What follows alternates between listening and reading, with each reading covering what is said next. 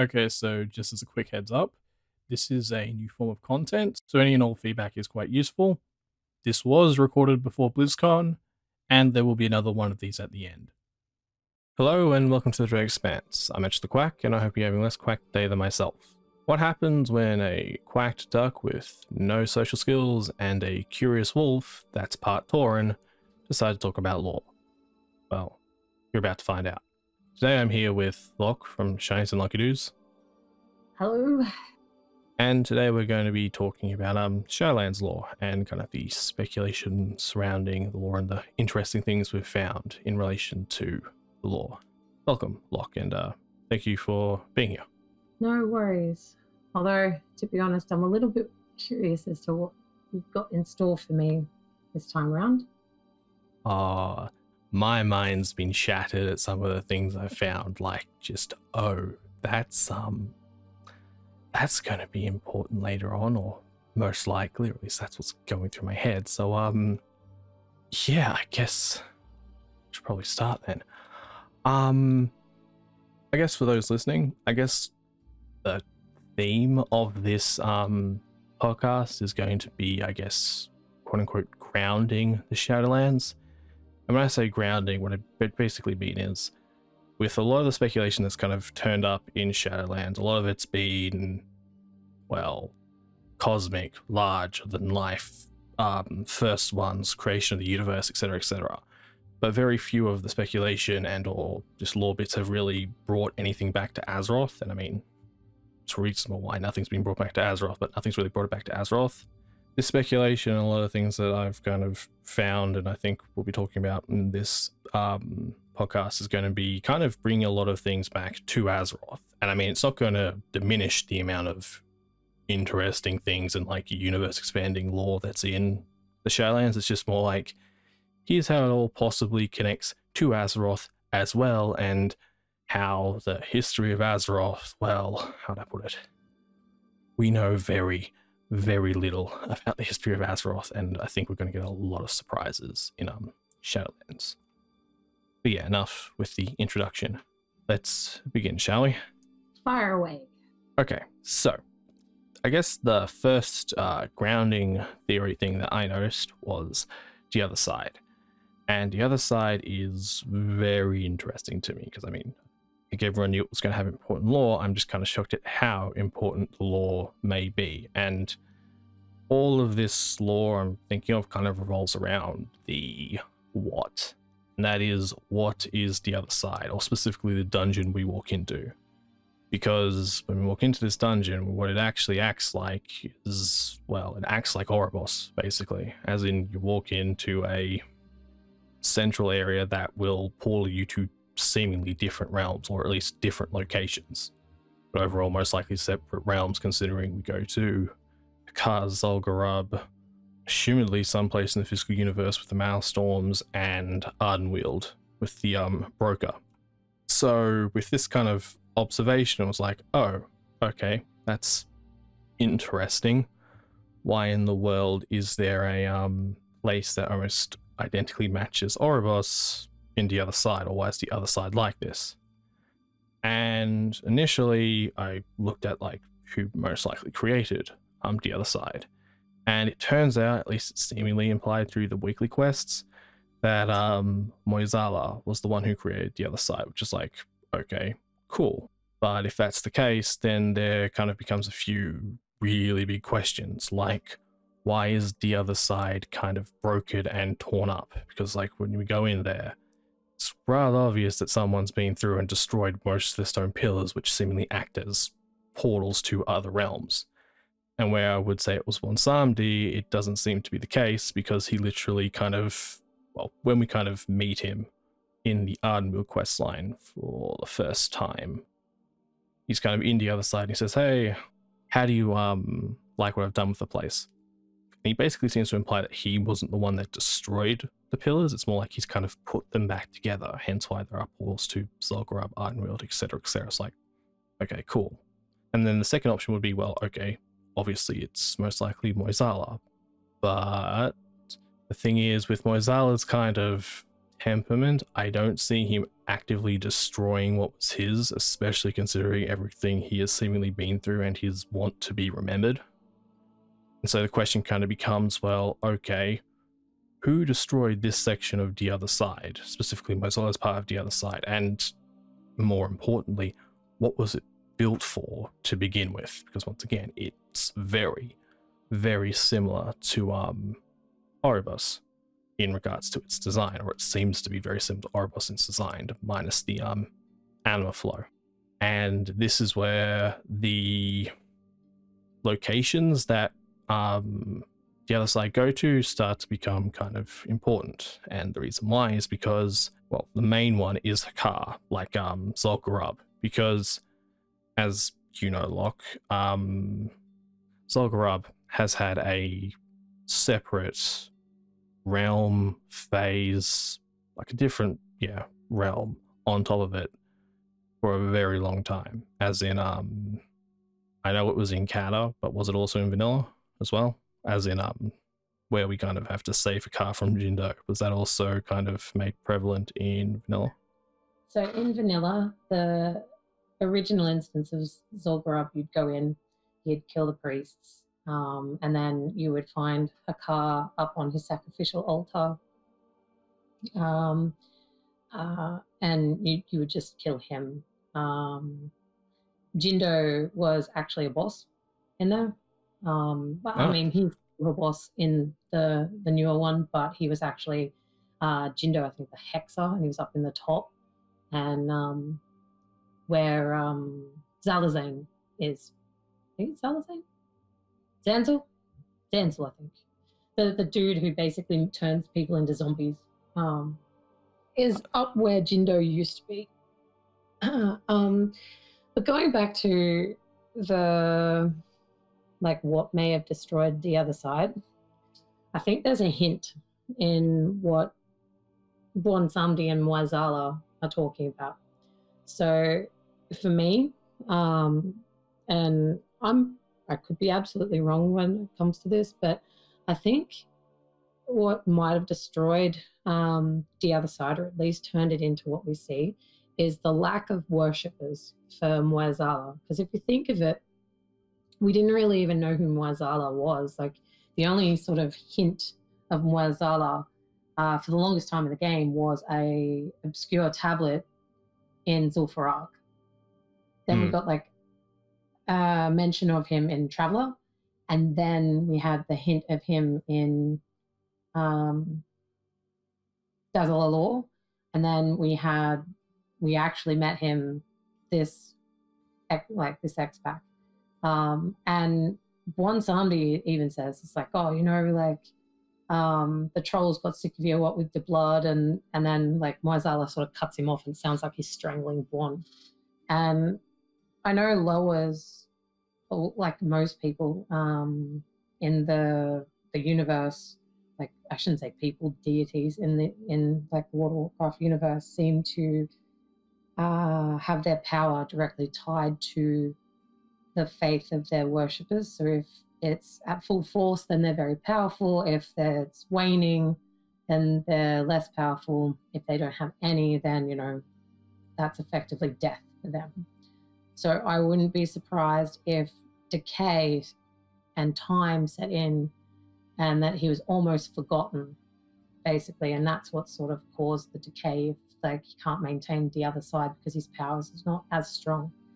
Now, we know he's really powerful and that he's only at maybe a quarter or an eighth of his percent, of his power, but it's still enough to sort of cut some abilities. But yeah, so that's what I would say. And the reason why is I think that there's also a hint in with Hakkar, in Hakkar's section. And this is because I think so this goes into a bit of some weird timey-wimey physics, but I don't think those portals are always current time. Oh, what makes you think they're yeah, I guess partial time pools, I guess, as in similar to what happened to the Dark Portal, I guess.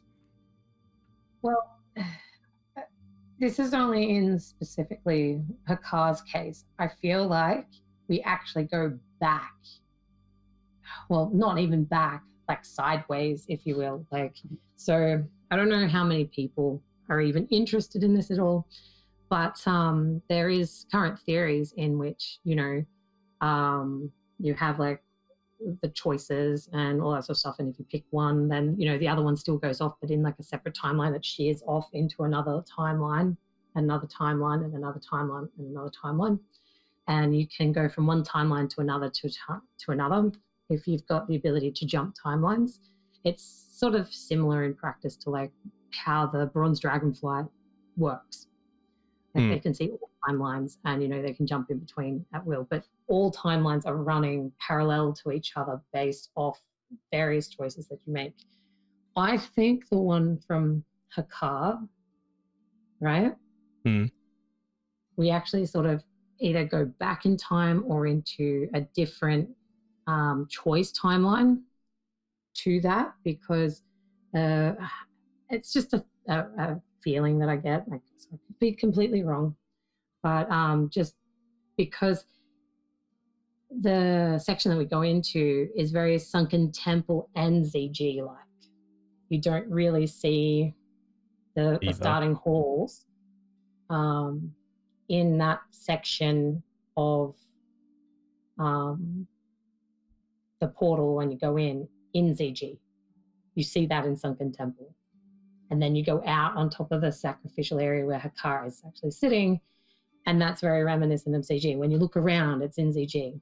So there's that sort of thing. Like, it makes me think that it's either a parallel timeline or something is different, and that even though it is Azeroth, it's not the Azeroth that we might actually know it. And the other hint of that potentially being the case is when you run back in and he's just like, oh, you know, he'll be back. So Bond knows, and Hakkar knows, or that version of Hakkar knows, that we've beat him before. So if lowers are like what's sort of hinted at, and they can cross timelines and all that sort of stuff, like Hakkar might actually know about the other Hakkars that we've beaten, and that's why he also comes back. But that's just my theory. Oh no, that's a good theory, and actually that lines up perfectly with the idea that Shadowlands is supposed to take in all versions of every creature, of every creature, basically, as in it's an omniversal place. It's not a single realm or dimension that the souls of the Shadowlands are from. They're from all of the possibilities. I'm hoping where I go with this from here kind of lives up to that kind of speculation, because that was good. So where I was going with this possibility in regards to Hakkar and why it's important is that the realm that we go into, I assumed it was something similar to where we kind of saved Hakkar from in Jindo during Cataclysm, as in it was like a Emerald Dream-esque / Nightmare-esque / just realm, kind of just over the top of ZG, specifically designed for Hakkar, etc, etc. And the reason why this is important is because of, well, once again, as you mentioned, the room's interesting, but what I found very interesting about the room was the floor. Because when you walk into that room and look down, you'll notice a symbol. That symbol is the exact, and I mean like exact symbol of the Golden Asp in King's Rest, as in the Wind Serpent first boss. And so the first thing this does is kind of imply that, oh, okay, Hakkar and this Asp seemingly share the same role, and or they were a part of the same, well, actually no, they're obviously part of the same pantheon, but it's like, yeah, they either shared the same role or they did the same job at some point in time. And so the question becomes, well, what job was that? And then when you look at the Asp and like King's Rest in the general, what did the Asp do? Well, it acted as a guardian for souls of trolls to go to the afterlife, basically, and kind of deemed them worthy. Now, what's rather interesting about this is that we know the trolls left the swamp because of blood magic, etc., etc. But we also know they had to put in the asp eventually because someone tried summoning in a car. Now, assumedly, they didn't replace Hakkar initially, and maybe Hakkar was the reason why they left the swamp, as in part of the blood magic issue. And so the overall implication would be that Hakkar served as this guardian for the troll dead. But this is where things start to go kind of wild, right? Because this Ziggunaut, this NZG, this realm of Hakkar, leads to the other side, as in there is a physical pathway between there and the other side. And so the question that came to my mind was, well, hang on a second. We know the trolls have this really odd relationship with death, as in it's not per se, how'd I put it? They know they're going to die, but they don't actually see it as per se a negative. They just see it more like as a shift in their life, like going from, I don't know, 50 to 51, as in they're dead, but they're not like ending their existence. And so with that in mind, it makes me wonder whether, well, overall, yeah, Blizzard has purposely downplayed and possibly just the player base has completely underestimated the, what's the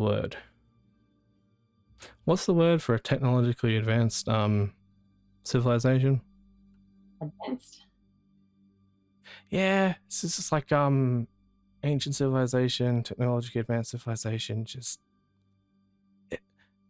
anyway, I feel like it's quite possible there's been a massive underestimation of how advanced the trolls were in relation to their society, technology, civilization. And what I'm basically getting at is the idea that the other side acted as, well, more like a junction for trolls to go to other realms.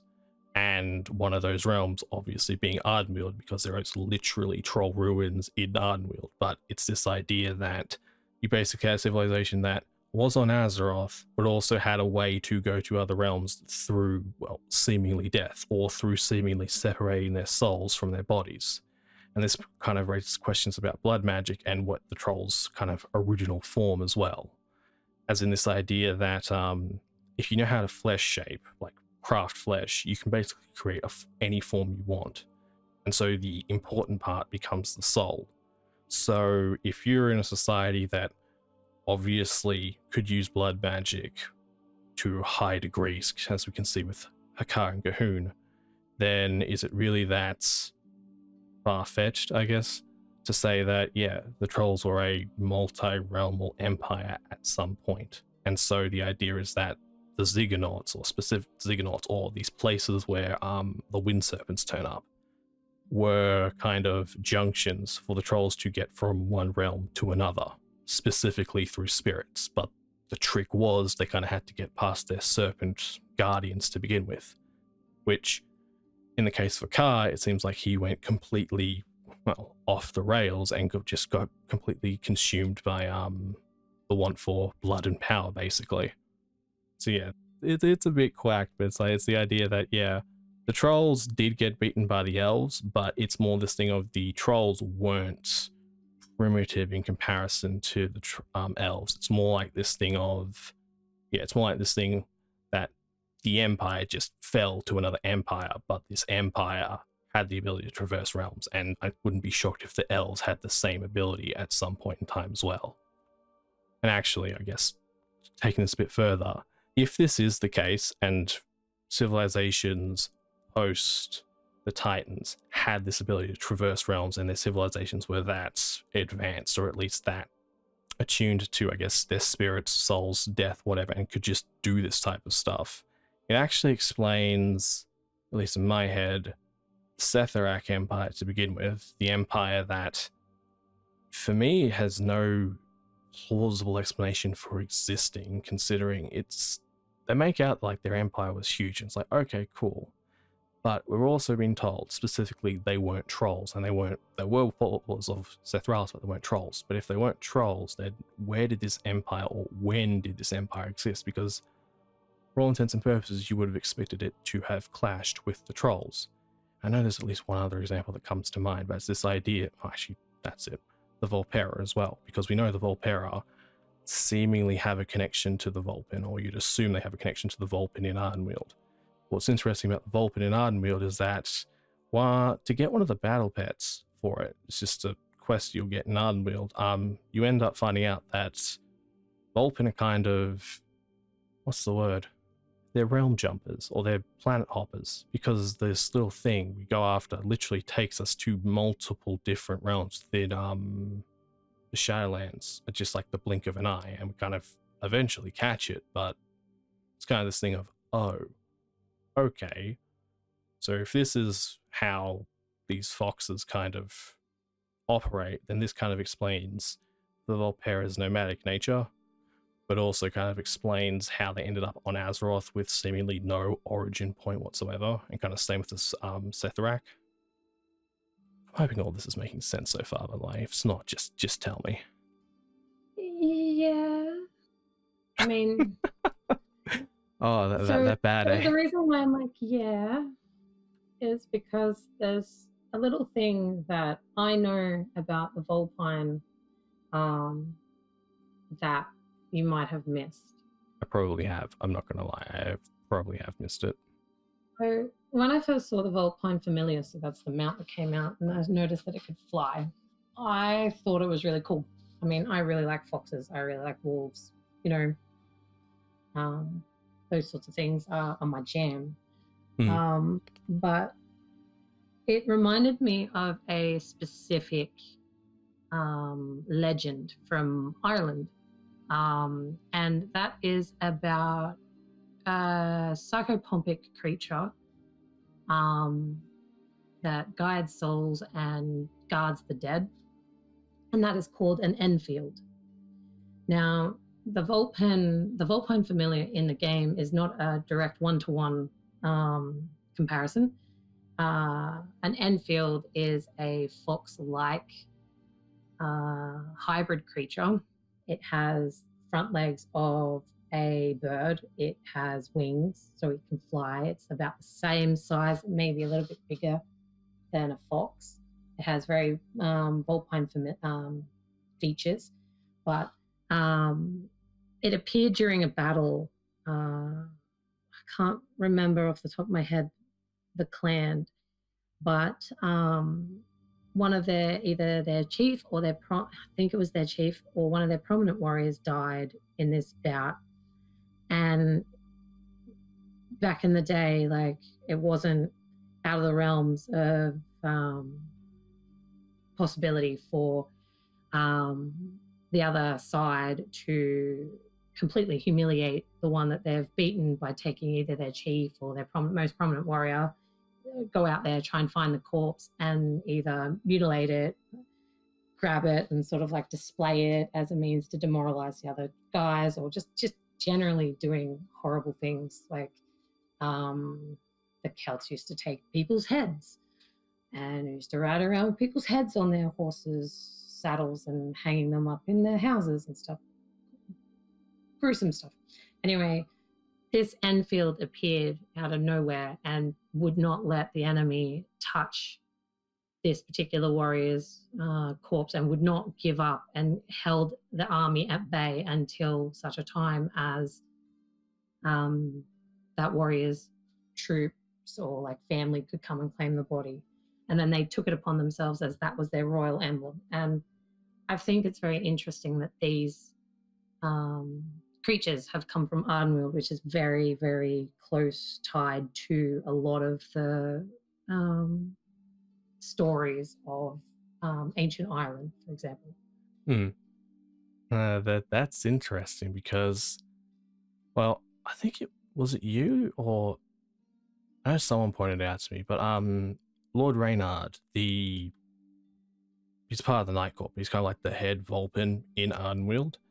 Someone mentioned to me that he was a part of the War of the Ancients, or I swear it was you, because there's like 2 wild gods from the War of the Ancients that didn't turn up in Cataclysm. I think it was Cataclysm off the top of my head, and it was like 6-legged something, which was just like, that's a bit strange, and a fox, I think, off the top of my head. Yes, the six-legged thing was a Wolverine-like creature, and I believe it was probably the progenitor of the Wolvar people in Northrend. And then there was also the fox as well, right? Or am I thinking of Yes. something else? Yeah. So with that in mind, it makes me wonder whether that person may have been, well, at least in regards to the story you just mentioned, whether that warrior that defended the corpse may have been Reynard, or whether his corpse was defended possibly by the Vulpera once upon a time, and it's kind of why there is a tribe of Vulpera on Azeroth to begin with, because it would kind of make sense in regards to, well, yeah, why they turned up. Oh yeah, but I guess the other thing should probably like explain is that if what I'm saying about the trolls is accurate, and the idea is that they were like a multi-realm empire, or they had the ability to traverse realms through different means, then that like drastically expands what actually happened during the War of the Ancients, how devastating the Sundering was, and just kind of what was going on in Azeroth post the Titans. And they isn't even mentioning pre-Titans, because all of this could just be pre-Titan stuff as well.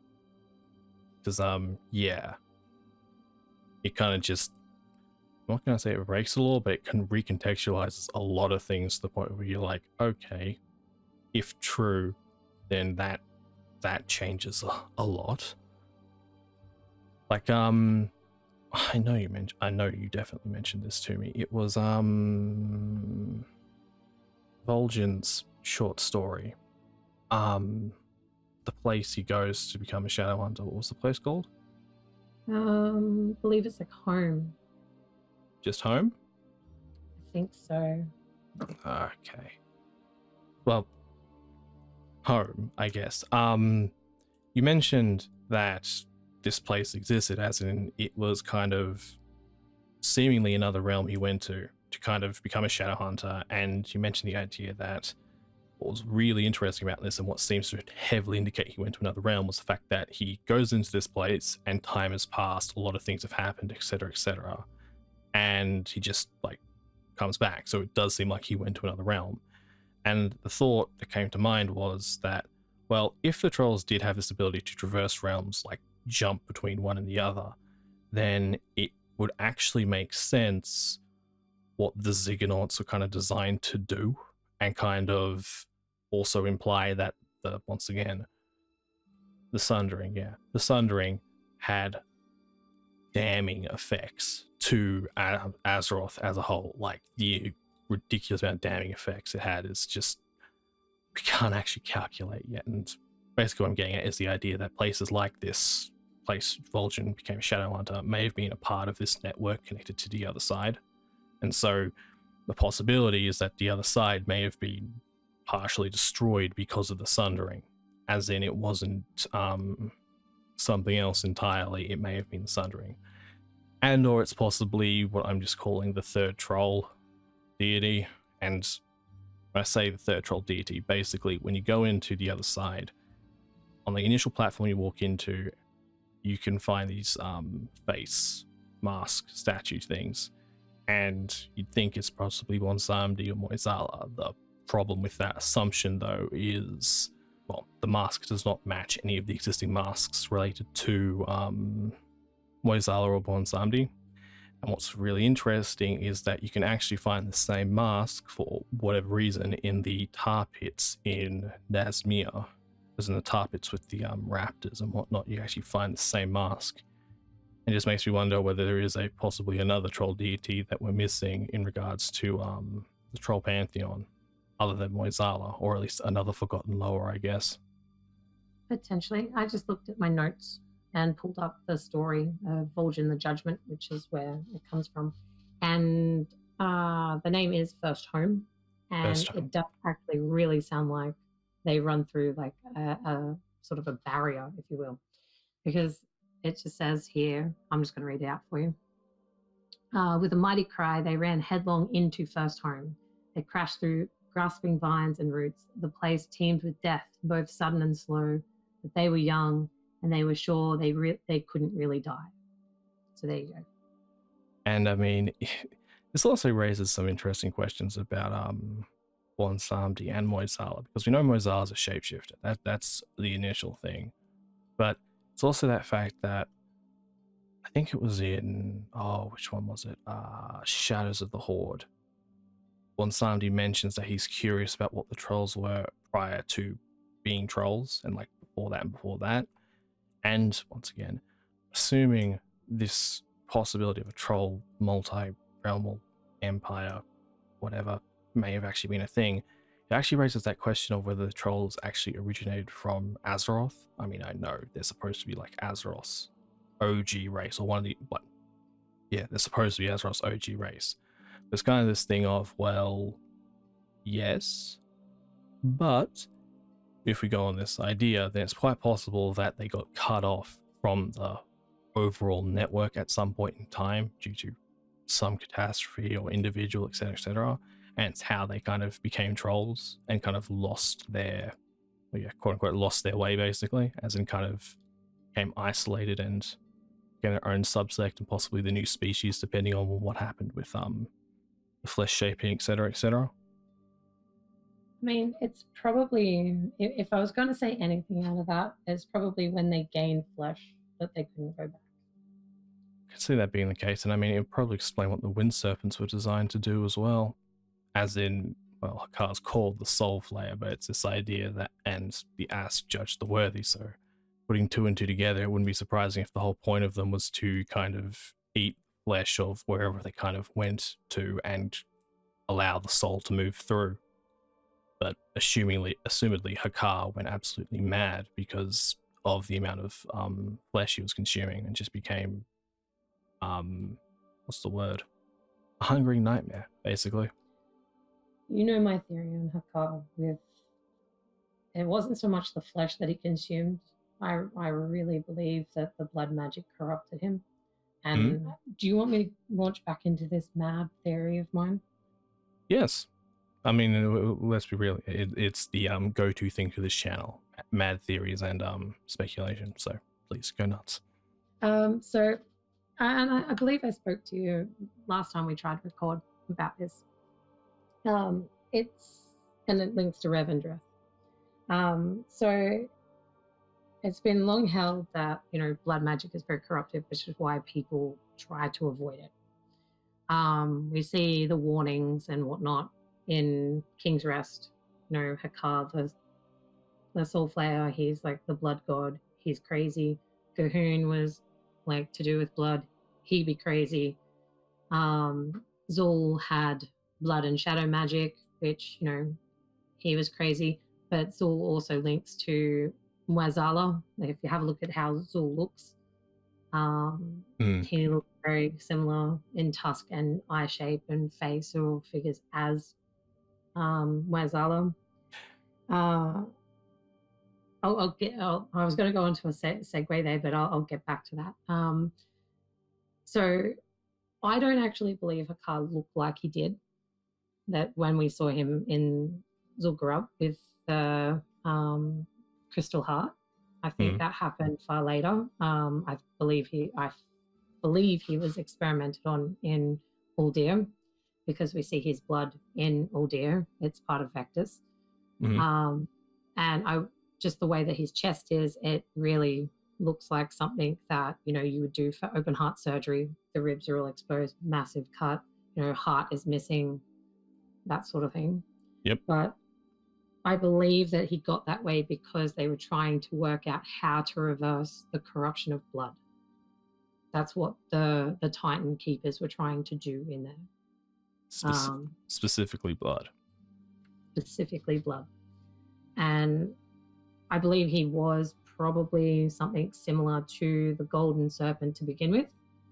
And then as he took on more and more of the blood magic attributes, he became red. And then as it went on further, he got more and more that way inclined. And I believe I don't have solid evidence, so I shouldn't say things in solid, like this is definite fact. But I believe that when Mueh'zala's followers and we see this in King's Rest as well, moved out of the swamp and away from the blood magic and followed Dazar out of the swamp, away from Mueh'zala, away from all of that was going on, that they started to fall more towards Hakkar, and Hakkar took on the blood aspect, and they tried to separate Mueh'zala's powers of blood and shadow. And I think that because of that when he kept doing it, and he became more and more corrupted as time went on. And the reason why this links in with Revendreth is I think that's what's happened to Denathrius. I don't think Denathrius always was how he was. I mean, I could be absolutely wrong, but when you go through and do the Revendreth quest line, they say, like, he was always good, and he, for the longest time, followed like what he was supposed to be doing. He set up all the rituals to, fix people's souls and, all that sort of stuff. And then when we get there, he's like, yeah, I'm a bad guy. Like it's that thing. And Renethil basically said that the reason why they put him into Remoria is that he's going to sit there and he's going to go through all of the rituals in order to purify Denathrius' soul back to how he was. Like, that's the thing. So I wouldn't be surprised if Hakkar had something similar happen to him, in that he originally was good, took on the aspect of blood, became corrupt, got operated on, that failed. Then, he was summoned in by the trolls and whatnot, because in Chronicle, they also list him as a malevolent spirit. So in WoW, like, most malevolent spirits and stuff like that are tied to the void. So I wouldn't be surprised. And also the Crystal Heart gets banished to the void. So I wouldn't be surprised if blood magic and void magic are very, very close. And therefore, it's got massive amounts of corruptive, like, power in that sort of regard. The other reason why I think this is that the ruins of Zalfor. Now, I've dragged you into the Underrot quite a lot in regards to this, but this is a troll ruins right, like, next to Uldir, all broken up, and in it there's a sacrificial pit, and in that sacrificial pit there is a squishy face. I can't think of their bloody names. Naraki, is it? Squishy face Naraki. Are we talking about like a faceless thingy running around? Yeah. And he's in the middle of the pit. And there's like lots and lots of bones. There's been lots and lots of sacrifices. And Zalfor, I believe, is probably what Bwonsamdi is referring to when he was saying all those sacrifices, all that blood, because Zalfor is absolutely destroyed. And I believe that would probably Azeroth's, Mueh'zala's necropolis. And then Bwonsamdi, when he took over it, he's gone a little bit further down, and he's in the smaller necropolis that we see that's out in the middle of the water. And I think that the reason why he's got that water there is to try and, like, put a barrier, if you will, to the blood magic. And it's probably also why Bwonsamdi doesn't like the blood trolls, even though that they're in the swamp. Like, that's where he belongs, and that's where all the blood trolls are. That Bwonsamdi doesn't like blood trolls is because he knows what happened in the ruins of Zalfor. You just given me an idea, and you've just made me question a lot about Mueh'zala now, because okay, so first thing about Mueh'zala is, once again, we know he's a shapeshifter, so we don't actually know what his original form looks like. We just know he seemingly prefers to take on the form of a troll at this point in time.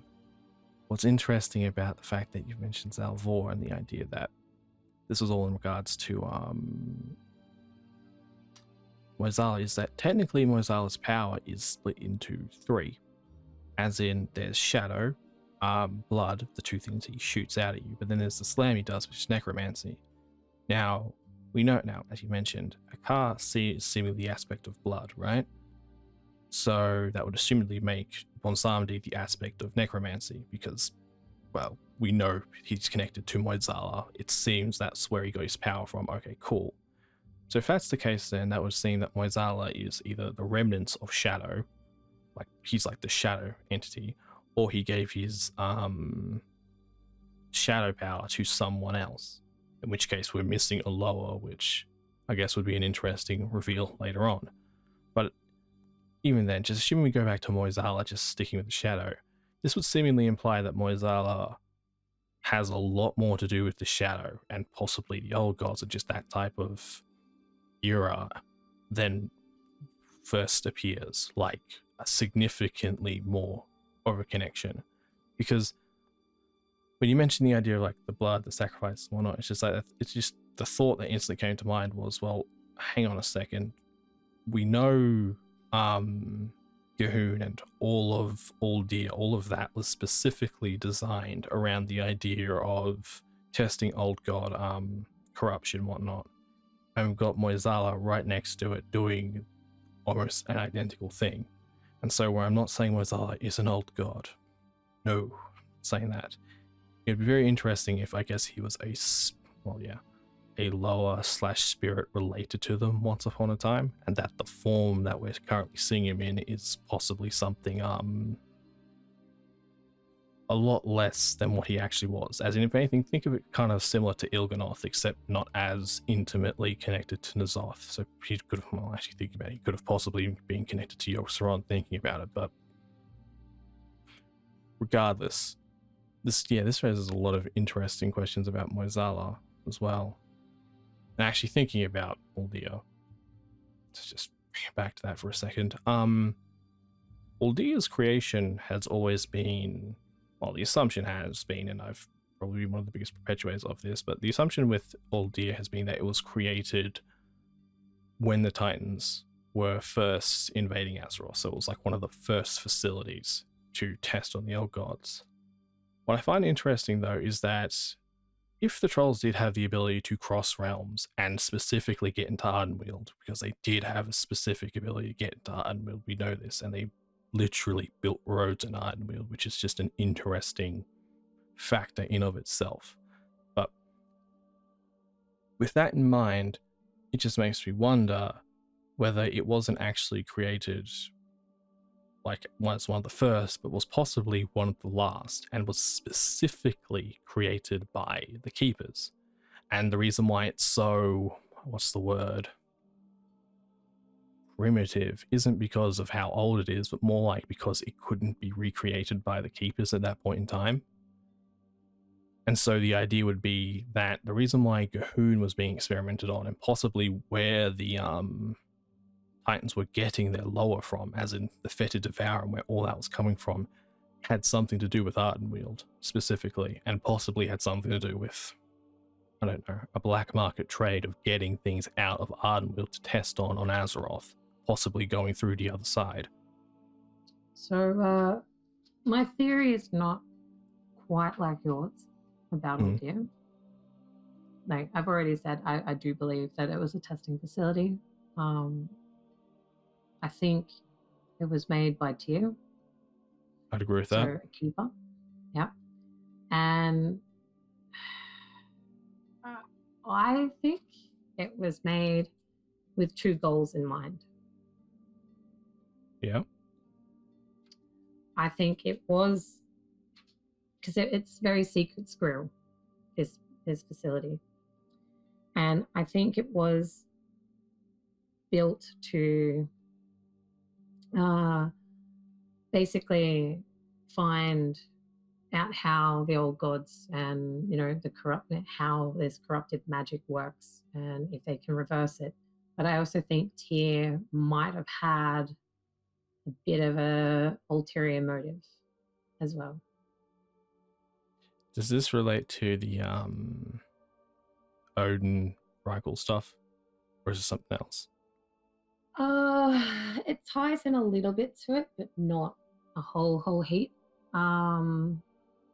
So yes and no, I guess. So basically, I think Tyr wanted to experiment on it. Well, maybe 3 reasons now that I think about it. One is that the dragons themselves are corrupted, and Tyr had a hand in that. Haha, Tyr, a hand. Oh, so funny.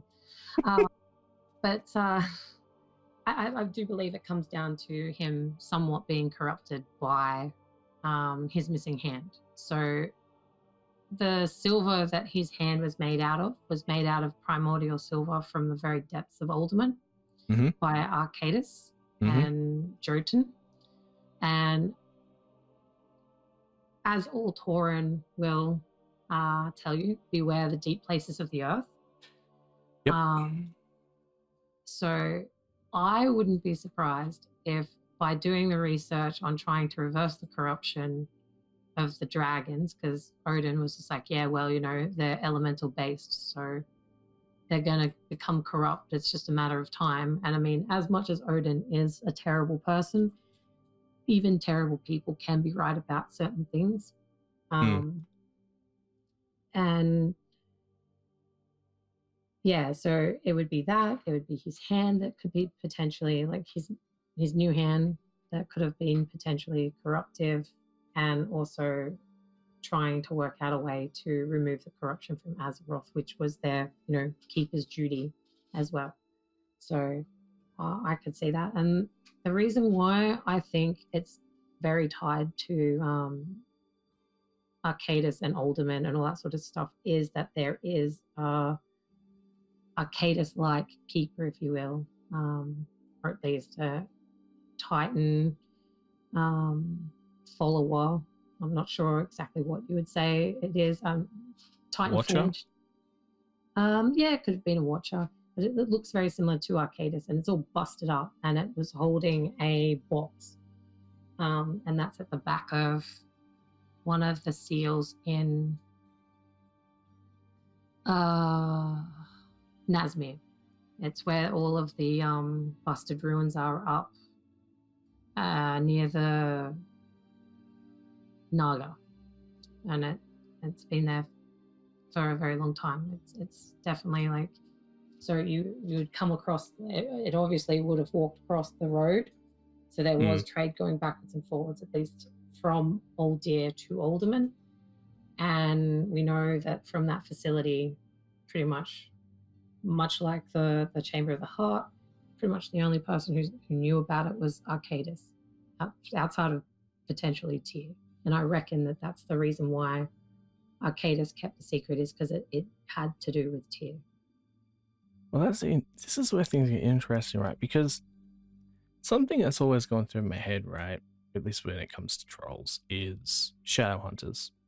I've always assumed Shadowhunters had more to do with the dark aspects of magic, voodoo, etc., etc. Yet, as we've kind of found out more about Vol'jin and his story, and kind of like as we've kind of progressed through it, it's seeming more that they have a connection to the light in some way, shape, or form, or precisely justice and valor. And I'm starting to think that the reason why the Shadowhunters were a thing to begin with may have had something to do with Tyr and possibly his original, I guess, goal. As in the reason why Uldir was built to begin with, the reason why all of Uldir, Uldir. The reason why Uldir was built to begin with, the reason why you kind of have everything that went on in Nazmir may have had something to do with, well, hunting the shadow, trying to figure it out, trying to counter it proactively. And where I do agree that Arcadis was definitely in on it, the question I would be curious about is whether Arcadis was the one who was corrupted instead of Tyr. The reason why is because I'm actually more convinced that the Silver Hand was actually, what's the word? A form of purification, as in, similar to the, oh geez, I went through a list of this ages ago, but it's like similar to the stuff that turns up in Drasvar, similar to stuff that turns up in other places in regards to this silver. It does actually act as a way to counteract what was happening to Tyr. The thing I'm curious about, though, is how uncompromised or compromised Arcadis was, considering, well, what happened to the Earthwater Deathwing, and the fact that Arcadis apparently never felt that same urge. And what's interesting is, as you mentioned, Uldir does seem like it was a secret project, And the reason why I'm willing to say it was a secret project, and most likely a project connected to Tyr and Arcadis, is because, as Raden mentioned in regards to the Heart Chamber, which seemingly had something to do with the goings on in Uldir, both Raden mentions that he recognizes the chamber's work as Arcadis's work, but he can't figure out why it's there because he just doesn't know, which either implies the Titans were compartmentalizing information between the Keepers, which is possible, but considering what he actually mentions about the Keepers in regards to Chronicle and like what his goal was in regards to the aspects, as in they'd kind of become, distant, lethargic, they'd kind of stopped doing their duties, I wouldn't be surprised if he and Arcadis kind of started to, build things, I guess, outside of the purview of the others to try and stop certain things from happening, which, interestingly enough, though, raises questions about why in the world did they have to build the Heart Chamber and Uldir and all this type of stuff, and seemingly use a Gorm quite specifically as a test subject to test the old gods' consumption.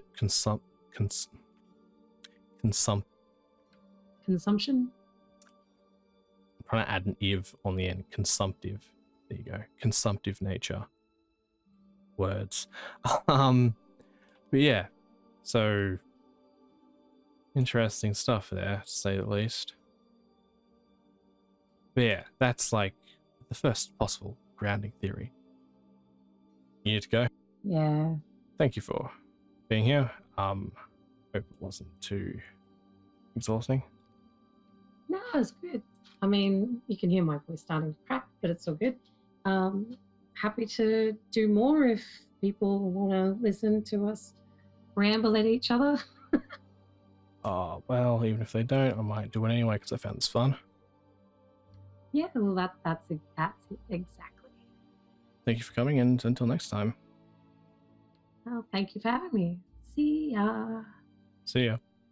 So yes, that was it. The podcast is back, and I mean, it's technically new content, but revival of an old format we tried a while ago. Hopefully it'll be here to stay, and overall, any and all feedback at this point would be rather useful on how we could improve and whatnot. And also, what topics would you like us to talk about? As in, we are taking requests in regards to the podcast and generally just what we could talk about. So, leave what you'd like us to talk about in the comments.